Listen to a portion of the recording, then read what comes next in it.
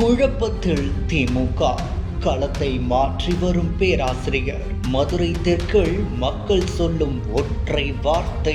மதுரை தெற்கு தொகுதியில் பேராசிரியர் ராம ஸ்ரீனிவாசன் தினம்தோறும் அனல் பறக்கும் பிரச்சாரத்தை மேற்கொண்டு திமுக ஆட்சியின் அவலத்தை பட்டியல் போட்டு மக்களிடம் கொண்டு சேர்த்து வருகிறார்.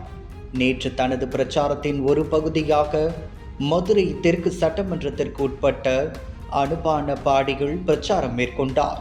அப்போது அருகிலிருந்த அம்பேத்கர் சிலைக்கு மாலை அணிவித்து மரியாதை செலுத்தினர். இந்த அரசியல் அமைப்பின் தந்தை என போற்றப்படும் அம்பேத்கரின் சமூக நீதி, சமத்துவம் மற்றும் ஒதுக்கப்பட்ட மக்களின் முன்னேற்றம் குறித்த கனவுகளை நிறைவேற்றுவதில் பாஜக அரசு உறுதியாக செயல்பட்டு வருகிறது என அவர் குறிப்பிட்டார்.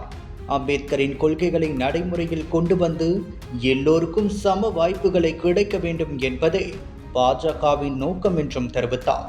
மேலும் சமூக நீதி என்பது சொல்வதற்கான வார்த்தை மட்டுமல்ல, செயல்படுத்த வேண்டிய பொறுப்பு என வலியுறுத்தி மதுரை தெற்கு தொகுதியில் முழுமையான வளர்ச்சி மற்றும் சமத்துவத்தை கொண்டுவர ஆதரவு அளிக்குமாறு மக்களிடம் வாக்கு கேட்டார்.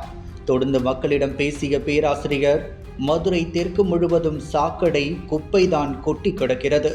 சாக்கடையை தான் நேரடியாக சென்று பார்வையிட்டேன். இது நாள் வரை நடவடிக்கை எடுக்காதவர்கள் அடுத்த 5 ஆண்டில் சரி செய்து கொடுப்பதாக தெரிவிக்கின்றனர். இதெல்லாம் சாத்தியமாகாது. மறுபடியும் திமுக ஆட்சிக்கு வந்தால் ஆண்டவனாலும் தமிழகத்தை காப்பாற்ற முடியாது என, மக்களுக்கு என்டிஏ ஆட்சி வந்தால்தான் சட்டம் ஒழுங்கு பாதுகாக்கப்படும் என தெரிவித்தார். அதன் பின் செய்தியாளர் சந்திப்பில் பேசிய பேராசிரியர், மக்களுக்கு மாற்றம் என்பது தற்போது தேவையாக உள்ளது. மக்களுக்கு மாற்றம் வேண்டும் என்பதில் தெளிவாக இருக்கின்றனர். மதுரையில் உள்ள 10 தொகுதியிலும் என்டிஏ கூட்டணி வெற்றி பெறும். திமுக கூட்டணி கட்சி தலைவர்களுக்கும் ஸ்டாலினுக்கும் சரியான நெருக்கம் இல்லை. கூட்டணி அமைந்த பிறகு பெரும் குழப்பத்தில் இருக்கின்றனர் என தெரிவித்தார்.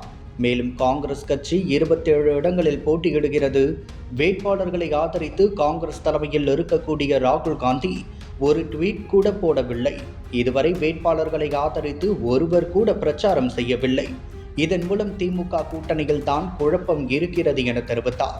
பாஜகவின் வெற்றி மதுரை தெற்கில் பிரகாசமாக இருப்பதாக மதுரை மக்களும் தெரிவிக்கின்றனர்.